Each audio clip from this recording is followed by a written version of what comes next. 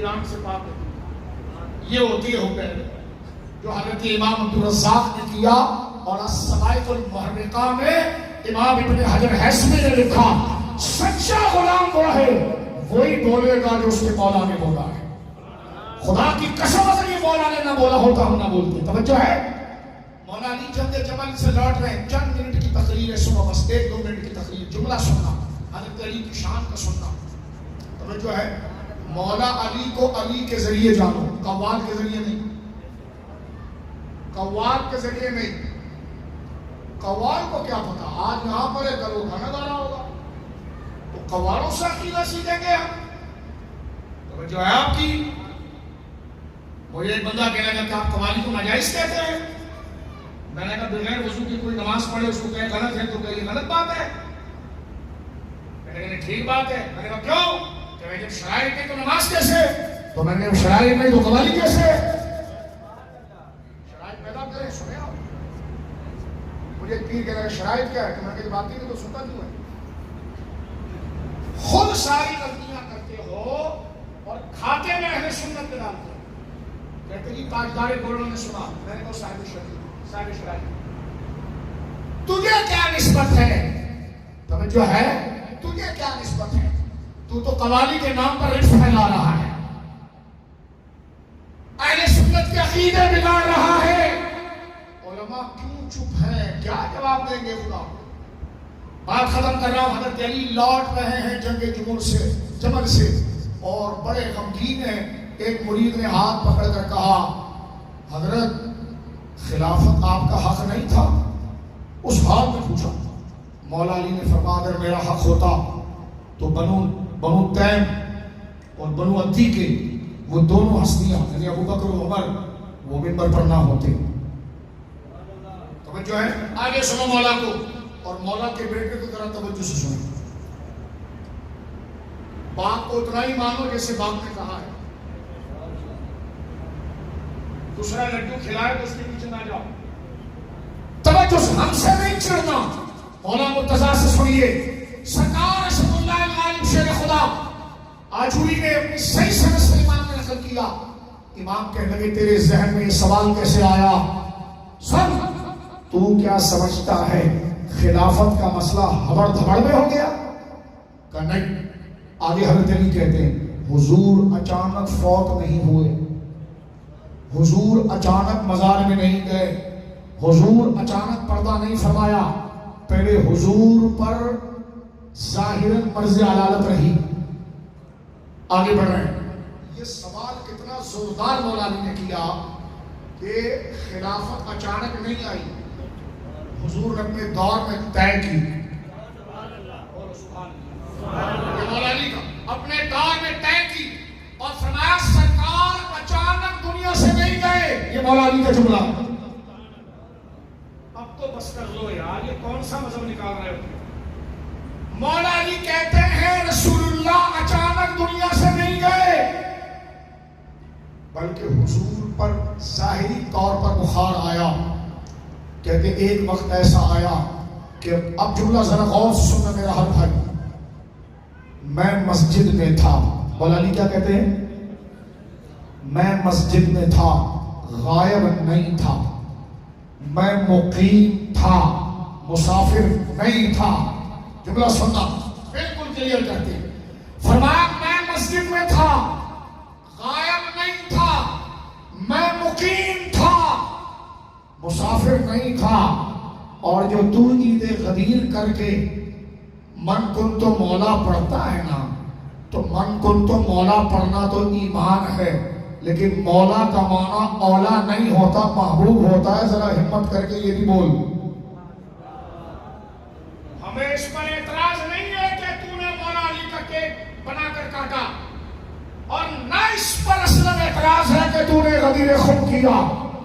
سوال یہ ہے کہ کیوں تو نے تہمت پھیلائی. اس دن اگر غدیر خود کا مولا کا خطبہ پڑھ رہا ہے تو ذرا علی کا سچا بیٹا بن کے بتانا کہ یہاں مولا کا معنی اول اور اولا نہیں, محبوب ہے.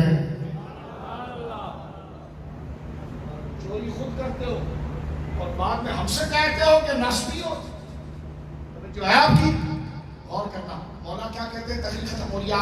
آخری جملے پر مولا کا یہ ختم کر رہا ہوں. فرمایا میں مسجد میں تھا، غائب نہیں تھا. صبح لکھنے کی ضرورت نہیں آپ کو، مولا نے خود کہا کہ میں مسجد میں تھا. اور میں سبحان اللہ میرے بھائی تضادات کا مجموعہ الجائے پاؤں یار کا زلفے دراز میں لو آپ اپنی دام میں سیاد آ گیا، باز آ جائیے. آپ اہل سنت کی عمارت کے آگے کسی کی حیثیت نہیں. جو عمارت سوارے گا اس کا جوتا بھی سر پر رکھے. یہ امانت امام ربانی کی ہے، یہ امانت غوث اعظم کی ہے. غور کریں میرے بھائیوں، مولا علی کے 4 الفاظ بار بار کہہ رہا ہوں سونے کے پانی سے لکھنے کے لائق ہیں، اور یہ مسئلہ علی حل کر چکے ہیں. تمہیں اس بڑھاپے میں کہنے کی ضرورت نہیں کہ کانگریچولیشن، اگر علی کو تم ابو بکر کو بڑا بنا تو کانگریچولیشن.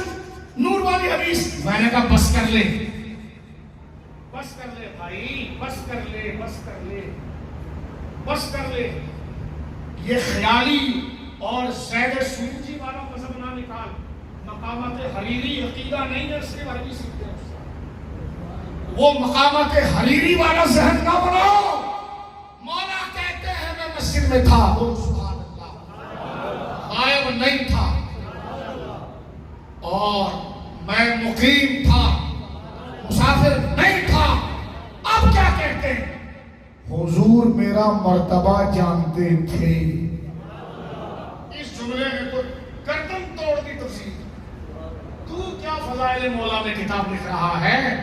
کوئی غلط نہیں ہوا ابو بکر کی افضلیت میں.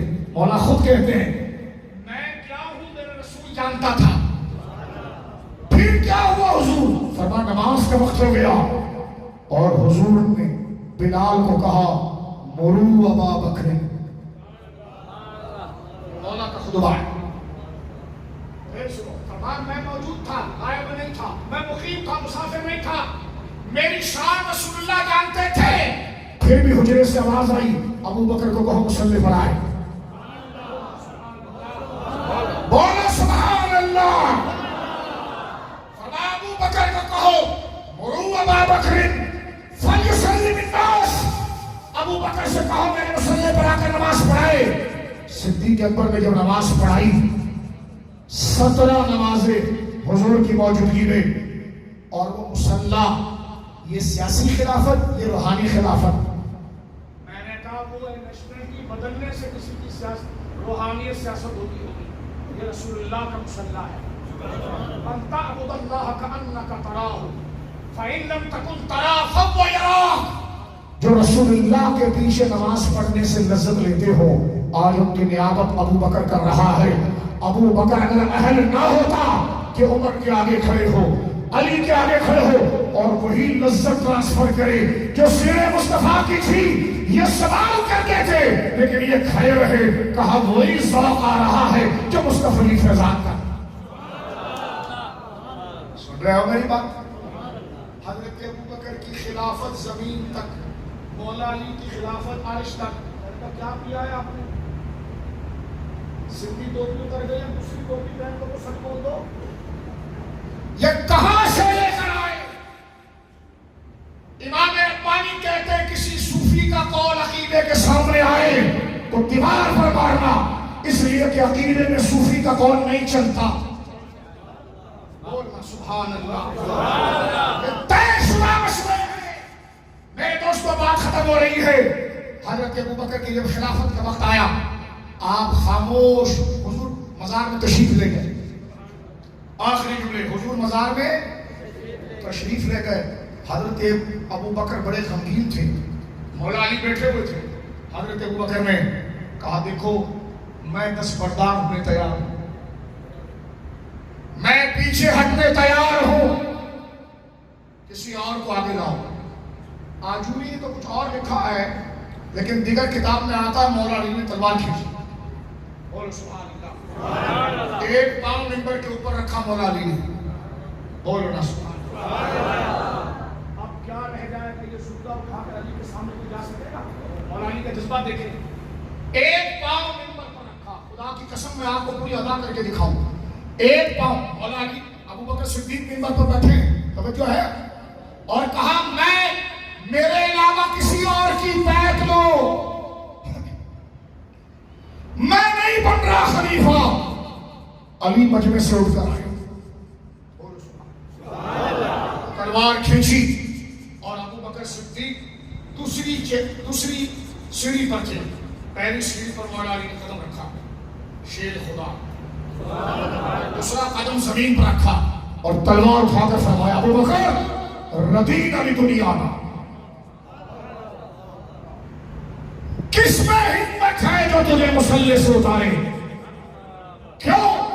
سنے علی مولا کی بات، فرمایا رضینا لدنیانا من رضی رسول اللہ لدیننا۔ فرمایا ابو بکر ہم نے تجھے دنیا کا سیاسی خلیفہ مان لیا، کیوں؟ اس لیے کہ رسول اللہ نے تجھے ہماری روحانیت اور دین کا خلیفہ بنایا تھا۔ پتا چلا یہی بات صدر الشریعہ نے لکھی ہے، ابو بکر کا پہلا خلیفہ ہونا افضلیت کی دلیل نہیں، افضل تھے اس لیے پہلے خلیفہ، افضل اس لیے پہلے خلیفہ ہوئے۔ اور یہی بات مولا نے فرمائی، رضینا، کیا جملہ ہے مولا کا، خدا کی قسم مسجد گواہ ہے، فرمایا رضینا لدنیانا، علی راضی ہے دنیا کی خلافت پر ابو بکر تیرے ہاتھ پر بیعت کرنے۔ کیوں؟ من رضی رسول اللہ لدیننا، جس رسول نے ہمارے لیے تجھے ہمارے دین کا پیشوا بنایا، دین کا پیشوا رسول اللہ نے بنایا۔ حضرت سنتی ٹوپی فرما رہے ہیں آپ کا انتخاب شورا نے کیا۔ میں نے کہا وہ تیرا ہوتا ہے فیملی ممبر شورا، ابو بکر فیملی ممبر نہیں، ان کا انتخاب اللہ رسول نے۔ اپنی عزت رکھنی ہے، باز آؤ، خود اپنی توہین نہ کراؤ۔ سیدنا صدیق کے لیے گیب جملے لکھنا اور کتاب لکھ مارنا کہ جناب ہم نے مولا علی کی فضائل میں لکھی ہے، نہیں میرے دوستو، مولا علی کا عقیدہ یہی تھا، ابو بکر ہمارا دین کا پیشوا ہے، اس لیے خلافت کا پیشوا صدیق اکبر ہوا۔ بولو سبحان اللہ۔ لہذا دو مسئلوں پر آج ہم نے بات کی اور کچھ وقت لگا۔ ایک تو بات کی ہے میراث پر، اس سے متعلق ضروری باتیں جو تھی بدعات پر، اور دوسری بات ہم نے کی ہے اپنی طرف سے سنیت نہیں بناؤ، سنیت بنائی ہے۔ سنیت کوئی پیر نہیں بناتا، سنیت پیر کو سنیت بناتی ہے۔ توجہ ہے، کسی پیر کو اجازت نہیں ہے، کسی عامل کو اجازت نہیں ہے کہ وہ اہل سنت کے اجماعی معتقدات پر زبان دراز کرے۔ اگر وہ زبان دراز کرے گا وہ خود پیر نہیں رہے گا، اس کے مرید بیت سے نکل گئے، کیونکہ وہ خود غیر سنی ہونے کی وجہ سے اوپر سے بیت سے نکل گیا۔ فتنے کا دور ہے، میلاد کا دامن پکڑ کے رکھو اور چار یاروں کا دامن پکڑ کے رکھو، پنج تن پاک کا دامن پکڑ کے رکھو۔ بولو سبحان اللہ۔ اللہ رب العالمین ہمیں اپنے عقیدوں کی فکر کرنے کی توفیق دے۔ بڑی کتابیں لکھ کر اور موسوعہ اور انسائکلوپیڈیا، میں نے کہا اتنا پیسہ ہمارے پاس ہوتا تو 50 بندے مصر سے لگ کر اپنی کتاب چھپوا لیتے۔ آج کل کا تو دور ہے کاپی پیسٹ کا، کاپی پیسٹ کا، لہٰذا ہم توہین نہیں کرنا چاہتے۔ آپ جس طرف آئیں گے تو پھر ہم کھل کر بات کریں گے، کیوں کہ دہن میں زبان تمہارے لیے، بدن میں ہے جان تمہارے لیے، ہم آئے یہاں اٹھے بھی وہاں، عرش پہ تازہ شیر شاد، فرش پہ طرفہ دھوم کان جدھر لگائیے، یا رسول اللہ تیری ہی داستان ہے۔ بولو سبحان اللہ۔ یا رسول اللہ تیری ہی داستان ہے، یا رسول اللہ تیری ہی داستان ہے۔ وآخر دعوانا الحمدللہ رب العالمین۔